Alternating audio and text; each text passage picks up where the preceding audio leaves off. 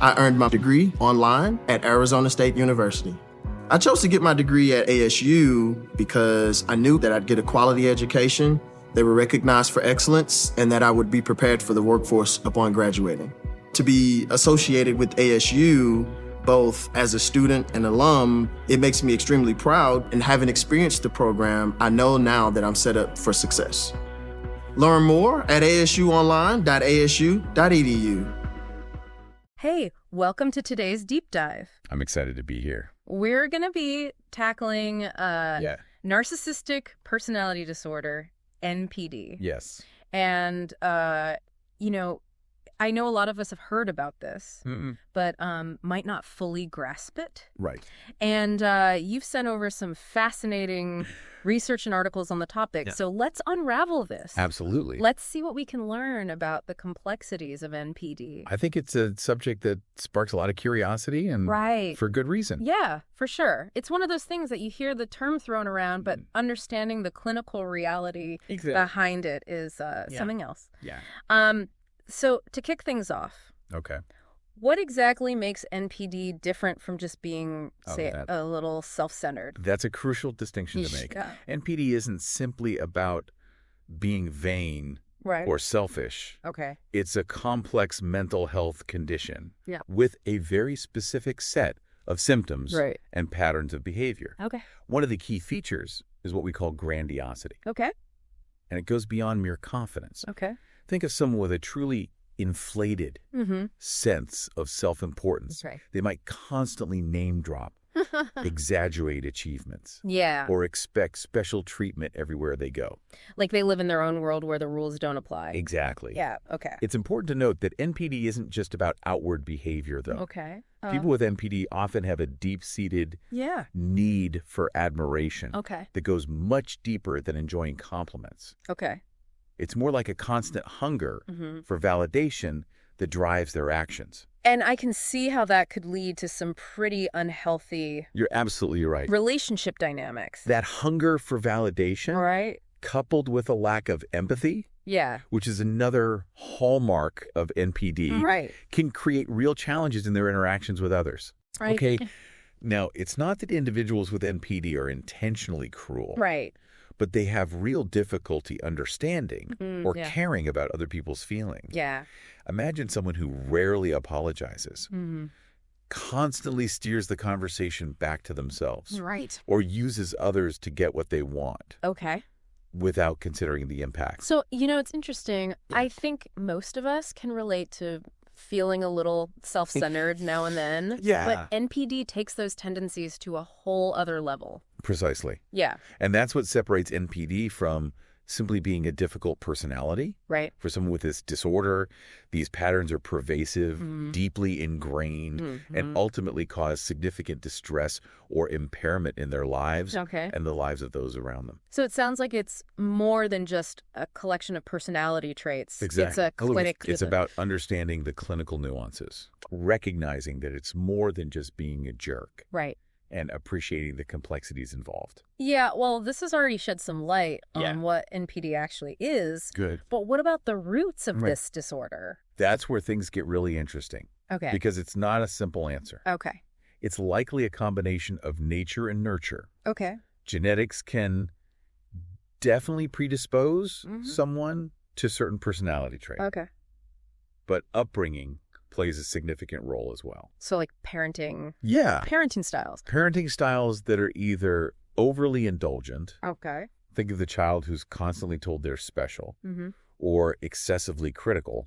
Can contribute to the development of narcissistic traits. So either extreme showering a child with praise or constantly putting them down can set the stage. It's like a pendulum swinging between those two extremes. And neither is conducive to healthy emotional development. And then, of course, we can't overlook the impact of early experiences.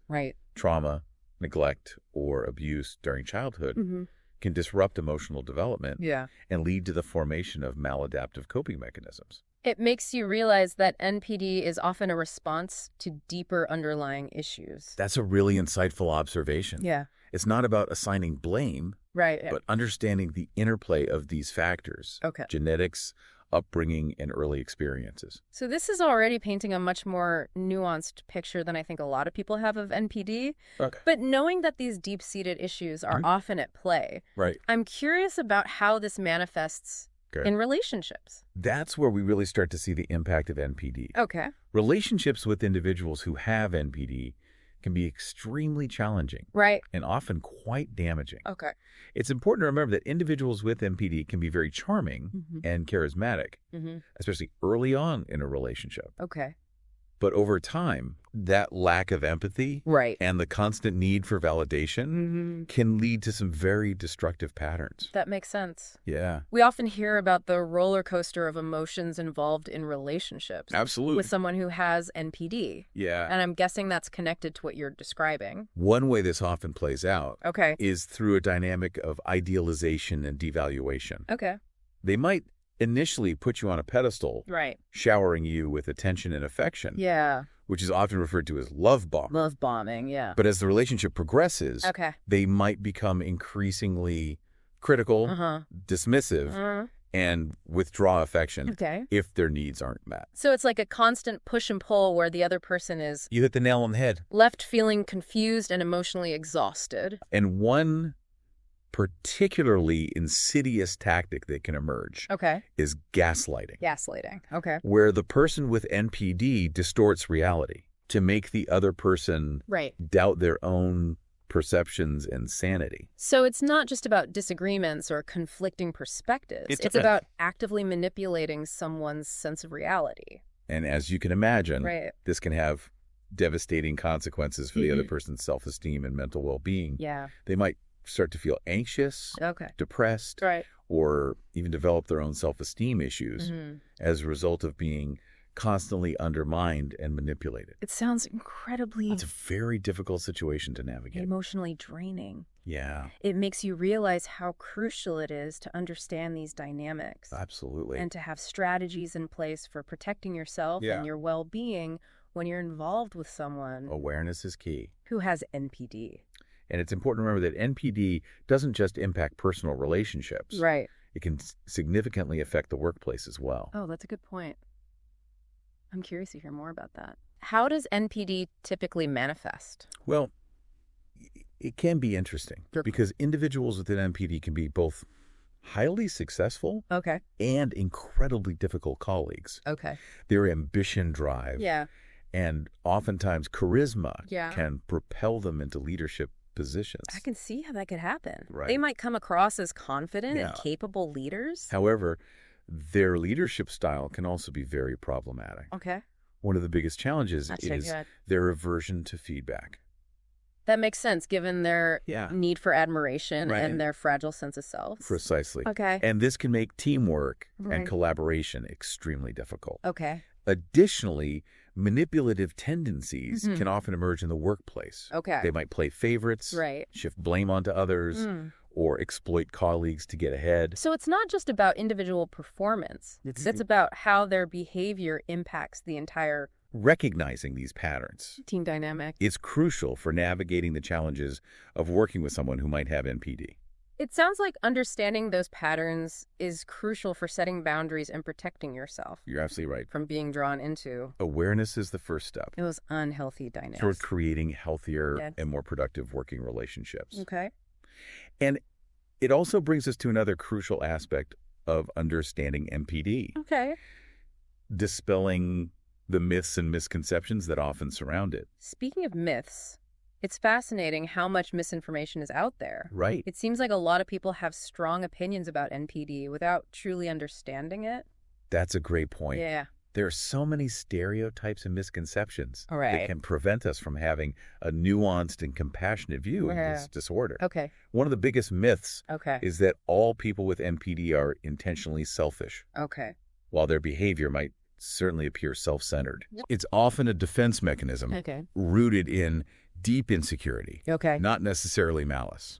So their actions might stem from a place of vulnerability and fear, rather than a deliberate desire to hurt others. And another common misconception is that people with NPD are incapable of change. That's encouraging. With therapy and sincere self-reflection, individuals with NPD can absolutely develop healthier patterns of thinking and behaving. So it's not a life sentence. It's not an easy process. Okay. But change is definitely possible. Okay, so there's hope for growth and healing. There absolutely is. Okay. And finally, there's this misconception that all individuals with NPD are overflowing with confidence. Right. The truth is that many experience chronic self-doubt and rely heavily on external validation to maintain their sense of self-worth. So that outward confidence might actually be masking a lot of inner turmoil and insecurity. You got it. Dispelling these myths is crucial for promoting understanding and reducing the stigma surrounding NPD. Okay. It allows us to approach the topic with more compassion and empathy, both for those who live with the disorder and for the people who are affected by it. Okay, this is great. And speaking of promoting understanding, I think it's time we delve into the topic of treatment. That's a great segue. Yeah. I know our listener is particularly interested in learning more about treatment for NPD. So I'm eager to dive into that with you. Let's do it. Welcome back to our deep dive into narcissistic personality disorder. Thanks! Now that we've laid some groundwork, let's shift our focus to the practical side of things. Okay. I know you're particularly interested in navigating relationships with someone who might have NPD. Yeah, that's a topic that comes up a lot. And I can see why, given the complexities we've discussed. It can be incredibly challenging to know how to approach these relationships. So what advice do you have? Well, while we always encourage seeking guidance from a mental health professional, there are some general strategies that can be helpful for anyone navigating a relationship with someone who exhibits narcissistic traits. One of the most crucial is setting clear boundaries. Boundaries. Okay, that makes sense. But what does that actually look like in practice? Think of it this way. You're defining what behavior is acceptable to you and what's not. And then communicating those limits clearly and consistently.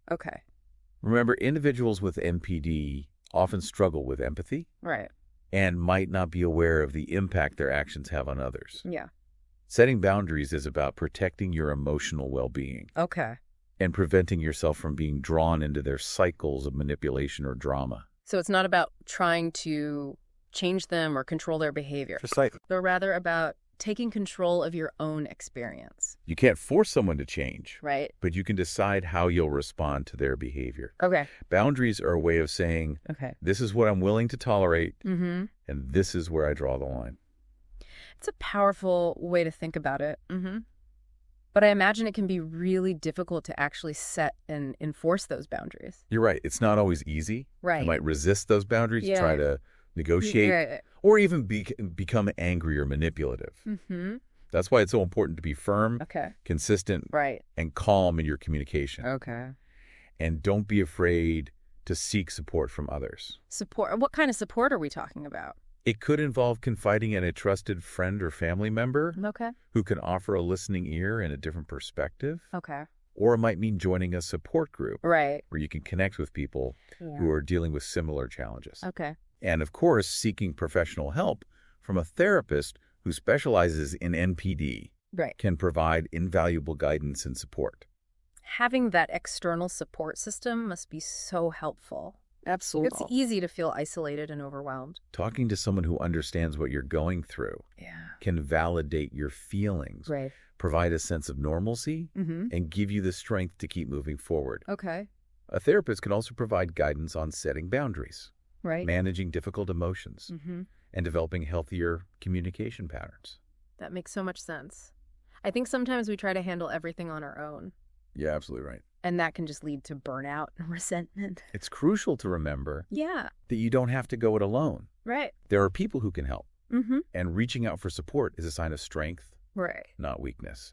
This is all so helpful for those who are in relationships with someone who has NPD. Yeah. But I'm also wondering about the individual with NPD. What steps can they take to work on themselves?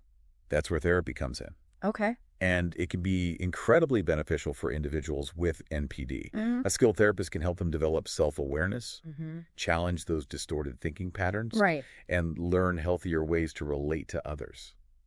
But we've talked about how resistance to therapy is often a challenge with NPD. Yeah. How can loved ones encourage someone to seek help That's a great question. Without being confrontational or judgmental. And it's a delicate balance. Yeah. Sometimes expressing your concern from a place of love and focusing on specific behaviors that are causing problems in the relationship can be more effective than labeling them with a diagnosis. So instead of saying, I think you have MPD, exactly, it might be more helpful to say, I feel hurt and disrespected when you interrupt me or dismiss my feelings. Frame it in terms of how their actions are impacting you and the relationship, rather than making it about their personality or character.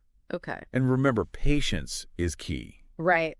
Change takes time. Yeah. And there will likely be setbacks along the way. It sounds like a process that requires a lot of empathy and understanding. It absolutely does. I'm on both sides. And I think it's important to acknowledge that while we're focusing on practical strategies here, navigating relationships with NPD can be incredibly emotionally draining. Yeah. Both for those with the disorder and those around them. Yeah, for sure. So in addition to the things we've already discussed, I want to emphasize the importance of self-care. Self-care, that's so important, but it's often the first thing to go when we're struggling. It's true. Yeah. But taking care of your own physical and emotional well-being is crucial when you're dealing with the stress and emotional drain of NPD. What are some examples of self-care practices that might be particularly helpful in this context? We'll be back after a quick break. Hey there. Welcome to Good Advice Giver. First, we want to start by saying a massive thank you for tuning in today. Whether you're a long-time listener or you're joining us for the first time, we're truly grateful to have you here. We know you've got a lot of options when it comes to podcasts, so the fact that you're spending your time with us means the world. So thank you. That's right. We're excited to have you with us because here on Good Advice Giver, we cover just about everything. Whether you're interested in sports, relationships, sex, money, finances, business, digital marketing, music, education, movies, comedy, or something else entirely, we've got it all. No topic is off limits here, and we dive deep into real, meaningful conversations that matter. I earned my degree online at Arizona State University. I chose to get my degree at ASU because I knew that I'd get a quality education, they were recognized for excellence, and that I would be prepared for the workforce upon graduating. To be associated with ASU, both as a student and alum, it makes me extremely proud, and having experienced the program, I know now that I'm set up for success. Learn more at asuonline.asu.edu. We've also got a mix of male and female hosts, so you're always getting a well-rounded perspective on every topic we cover, from business strategies to personal development, from car shopping to digital products like affiliate marketing. We bring a little bit of everything to the table. Our goal is to offer advice, insights, and some laughs along the way to make sure you feel welcome and engaged, no matter what brought you here. And it doesn't stop there. We're not just about giving great advice. We're about action. On this podcast, we even sell products and services we believe in, from affiliate marketing opportunities to cars and more. So whether you're looking to boost your business or find practical ways to improve your everyday life, you're in the right place. As always, we want you to stay connected with us. Be sure to download this episode so you can listen anytime, anywhere, whether you're commuting, working out, or just relaxing. And while you're at it, follow us on social media. We're on Instagram, Facebook, Twitter, you name it. That's the best way to stay in the loop for upcoming episodes, behind-the-scenes content, and even giveaways. And don't forget to subscribe to our YouTube channel. We're posting extra content there, including video podcasts and deep dive discussions you won't want to miss. Be sure to like, comment, and subscribe, and let us know what topics you want to hear more about. Lastly, check out the link below in the description for exclusive offers, resources, and more ways to connect with us. We're here for you, and we can't wait to bring you more valuable content. Thanks again for tuning in to Good Advice Giver. Let's get started. It could be anything that helps you recharge and nurture your own sense of self. Sure. It might be spending time in nature. Right. Engaging in creative activities. Okay. Practicing mindfulness or meditation. Or simply taking a break from the situation to do something enjoyable and relaxing. So it's about finding what works for you and making it a priority. Exactly. Even when it feels like there's no time. And amidst all the challenges, right, it's important to hold on to the belief that healing is possible. That's good. It might not happen overnight. Yeah. And it might not look the way you expect it to. Right. But it's possible to move forward and create healthier, more fulfilling relationships. That's such a powerful message of hope. It's a reminder that even amidst the difficulties, there's always potential for growth and healing. I agree. Okay. And with that in mind, yeah, I think it's a good point to transition into our final segment. Okay. We've covered a lot of ground today, right, exploring the complexities of NPD and offering some practical strategies for navigating relationships. But now I want to shift gears and look towards the future. That sounds fascinating. I'm eager to hear what's on the horizon in terms of NPD research and treatment.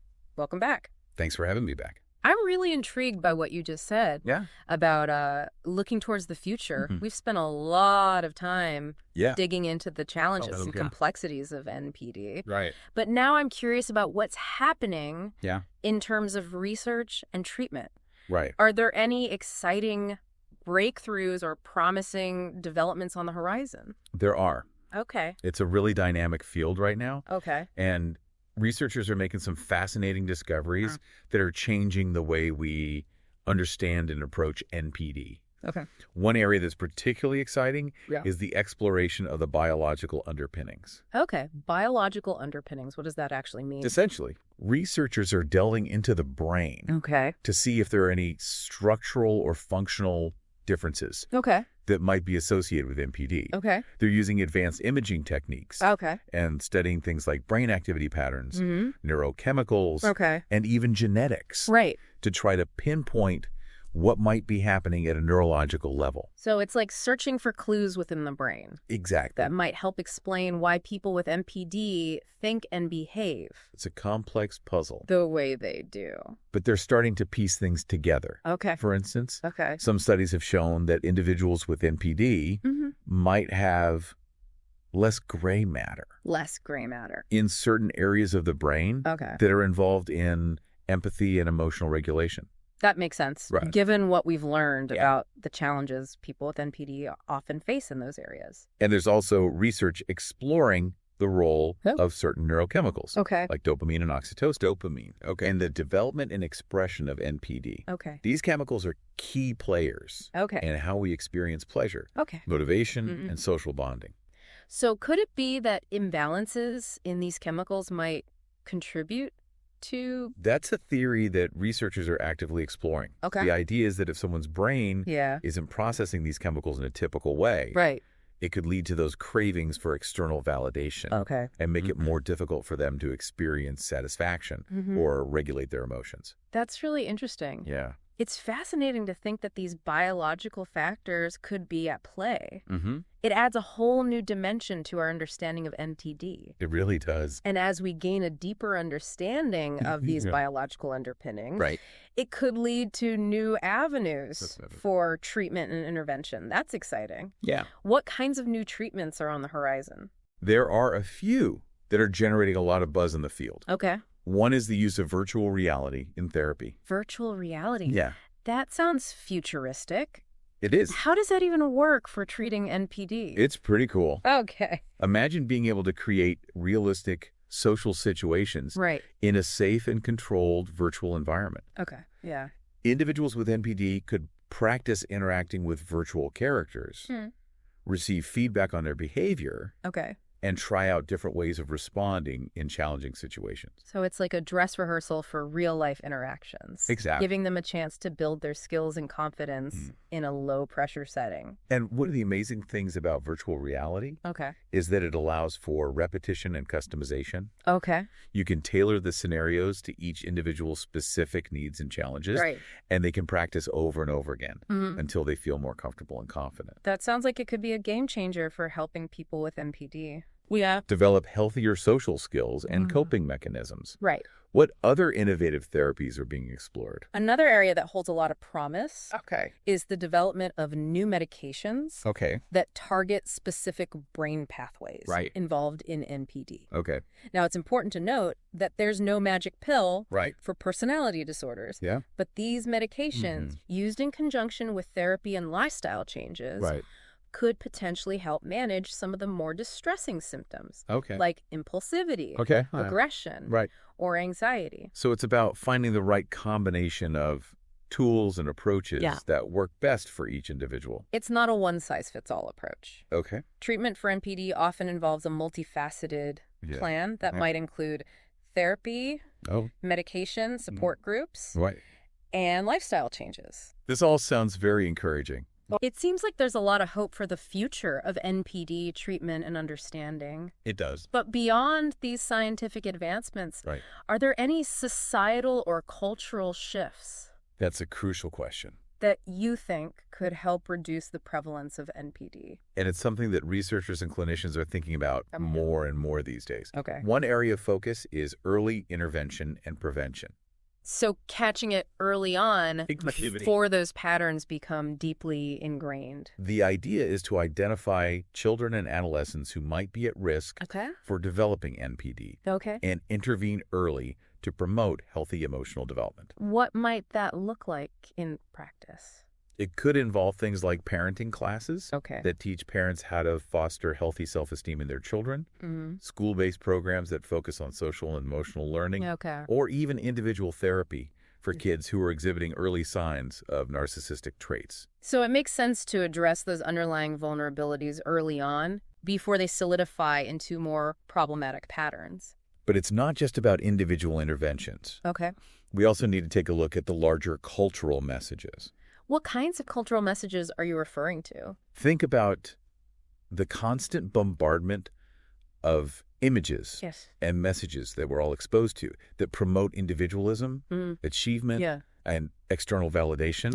Social media, reality TV, even certain parenting styles. They can all contribute to a culture that values outward appearances over substance and feeds the need for constant admiration and attention. It's like we're living in a world that's always telling us to strive for more, be more successful, and make sure everyone sees how great we are. And that kind of pressure cooker environment can be incredibly damaging, especially for individuals who are already predisposed to narcissistic tendencies. So part of the solution might involve shifting our cultural values to prioritize things like empathy, compassion. It's about creating a society that values inner worth over outward appearances and fosters genuine human connection where people feel seen and appreciated for who they are, not for what they've achieved or how many likes they get. That's a beautiful vision. It sounds like addressing NPD is not just about individual treatment.